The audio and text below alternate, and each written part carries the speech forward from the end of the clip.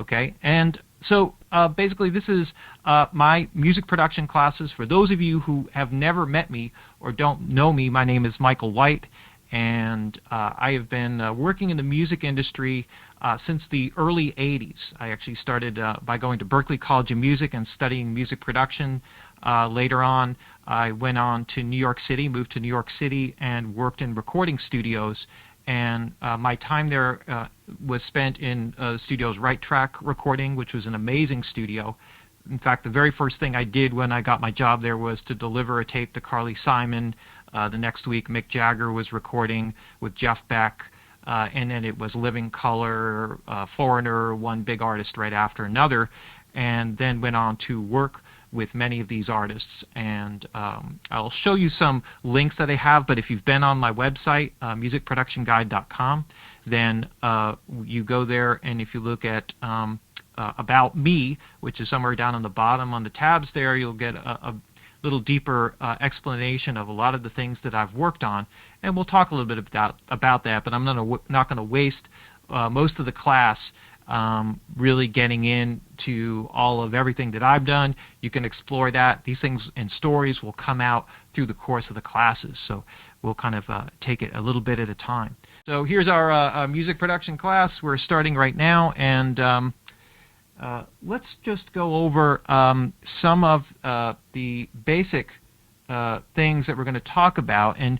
essentially what happens here is that the class is going to more or less be organized into three basic categories for each class. So there will be some music production tips, there will be some audio engineering tips, and there will be some career development tips. And the reason why I organized it this way, and if you've looked at my website, you notice that there's a lot of material on all those three things, is that they're so interconnected. So because if you are pursuing music and recording for a career, or even if you're not, there are certain ways of being and acting in recording studios or around musicians, or even if you're just a home enthusiast and you're working with friends and bands and you're recording people, there's a way, patterns of behavior, things that you do, ways that you communicate with people, and all of these things are incredibly helpful and will open up lots of opportunities for you as things kind of go along here. So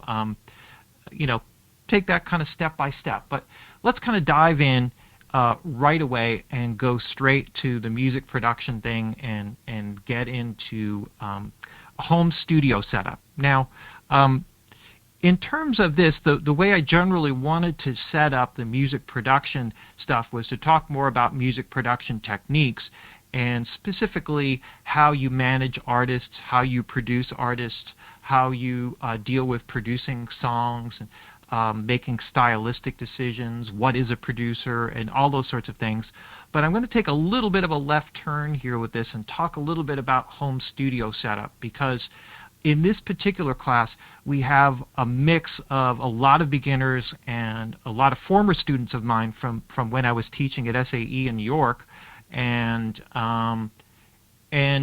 so those people will have more experience. But in either case, no matter what level of experience that you have, I guarantee you're going to pick up a lot of information here about how to set up your home studio and how to work within the home studio setup. So some basic things here can make a huge difference in terms of the monitoring.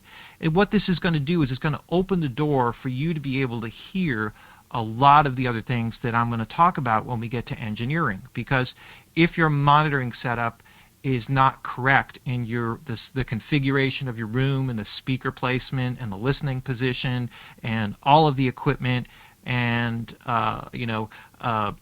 what acoustic treatments that you apply to the room, if they're not basically good, then a lot of the things that I'm going to talk about when you try them, you may not be able to actually hear what's going on or not hear it so clearly. So this is an important thing. Now, in my personal professional work, working in world-class recording studios, or any recording studio for that matter, the very first thing I would do if I was going to be mixing or even recording that day would be to what I would call tune myself to the room.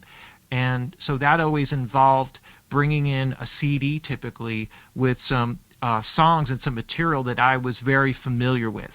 And so this is like commercially released music, maybe some of my own music productions, and I would bring these in and I would play them on the speakers, and I would get a feel for what the speakers and what the room sounds like. When I walk around the room, when I move around the room, how is it responding? Just so I can get an idea. And the thing is that every day and during different parts of the day, your hearing changes.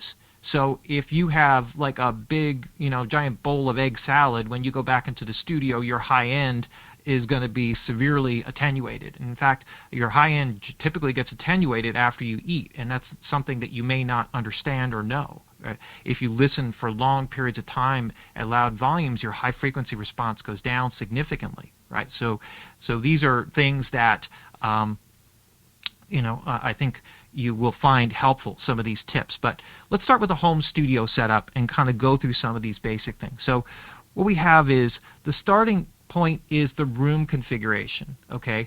And what I'm going to do is I'm going to switch over to a software program, and this is the wrong setup. And this is a little sketch setup here, and let's see, where am I going to go here?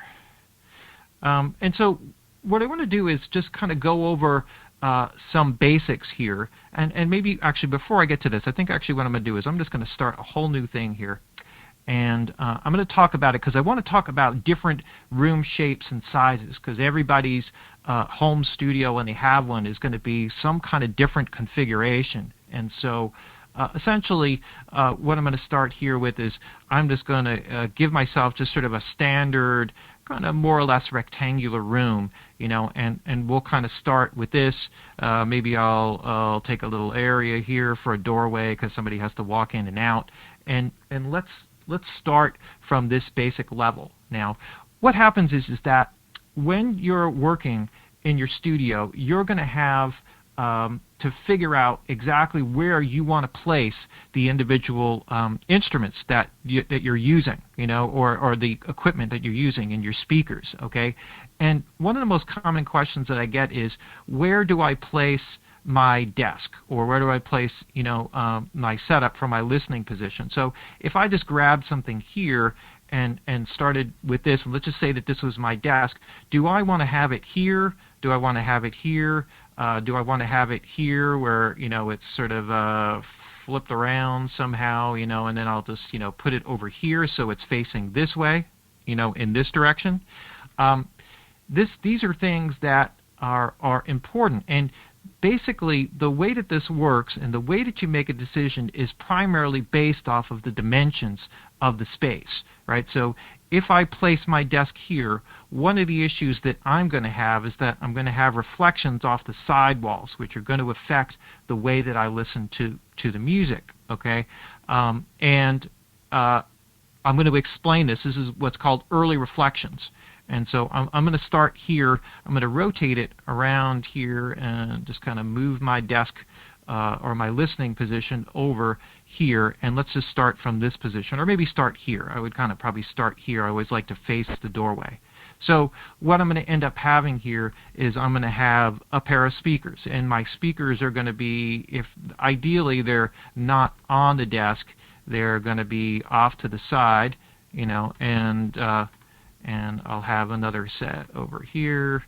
So give me a second here, kind of work with this. They're not going to be the same size. You're just going to have to deal. So anyway, the idea here is that the speakers are going to point, and you're going to be listening. You're going to be in a listening position that, let's just say that's somewhat right there or so, and let's just say that this is your head, and maybe I'll even put some ears here, right? So you got some funny ears, and I'm not going to go into a whole thing and make eyes or whatever and all that sort of stuff. Maybe I'll just put a little hair over here, right? Okay, kind of complete it out. So the idea is that, when I'm working from this position, and let's just kind of pick another color, what's going to happen is the sound from the speakers is going to, actually I'm going to undo that and go to a straight line here. The sound is going to come to my speakers, and primarily when I focus the speakers, I want them to actually be aimed specifically through my ears to a point that's about a foot behind the head of the listener, okay? And so the idea here is that when you are actually listening to music, the sound is passing left speaker to left ear, right speaker to right ear, okay, and hitting you. Now, what also happens here, and this is where the problem is with small rooms in particular, is that if I'm just going to select another color here, is that the sound also bounces off of the walls, and it hits you at a certain time later. Okay, so in other words, the sound doesn't stop at your head, it continues on and bounces back. And these are what are called early reflections. So the sound bouncing off the side walls will also hit you. So the sound goes in all directions from the speaker, not just forward out the front, and the sound will bounce off and hit you at different timings. If I were to draw this same type of setup here from a side view, if we were looking from a side view, and let's just say that, in this case, our desk was here, we've got table legs and all of that sort of stuff, then the speakers on this end, and let's just kind of put a general placement for the speakers here, what would happen is on this side, I would have sound that would be bouncing off the ceiling. And that sound would be hitting my listening position over here. So if I wanted to do that, I could actually go back and kind of, put my head there. I'll make myself a little weird shape there. So the sound is going to bounce off the ceiling and hit me as well, in addition to hitting me directly, right? Oops, used the wrong tool there. And so in addition to hitting me directly, okay? And it's that delay and difference that creates the problem, okay, when we're working here. So I'm just going to hold on one second. All right, so I'm just going to check in with you guys and see how is this looking. All right, and let's just see. So I'm going to just tap that in here on my dashboard and see if I'm getting everybody. Okay. Good. All right, good. A couple bit of feedback. All right, reminds me of acoustics class. Great. Loud and clear. Fantastic. Great. Okay, good, good. All right, so now let's go over some of the things or some of the problems that happen here, because what happens is when the direct sound wave goes and hits your ear, and then a delay also comes in, it's coming in at a different phase relationship. And what that means is that the same sound wave is coming at a later time is going to merge with the original sound. And when it merges with the original sound, it actually changes the tone and frequency response of the original signal. So you're not just getting the direct sound from the speakers.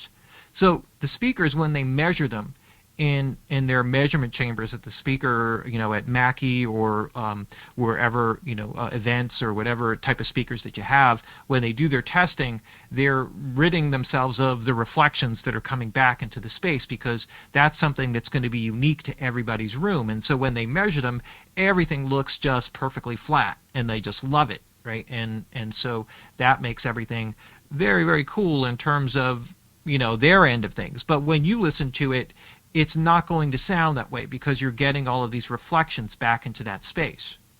So what does this mean, and how can you deal with this practically? So the key is, one of the reasons why I decided to place the desk here is that it's more likely that the sound, particularly the sound that's coming off the speakers from this direction, I'm going to select a different color here, maybe this gray color, is also going to bounce off the wall here and hit you at a certain time later, and here, right, and bounce back and hit you later. So from both speakers it's coming in. But what happens is, if that delay is greater than, right, the little greater than sign, and oops, and let's see, I'll just kind of wing it here, 20 milliseconds, okay, then what happens is you hear it as a delay. Okay, you don't hear it as merging with the original sound. Okay, there's a technical name for that. It's called temporal fusion.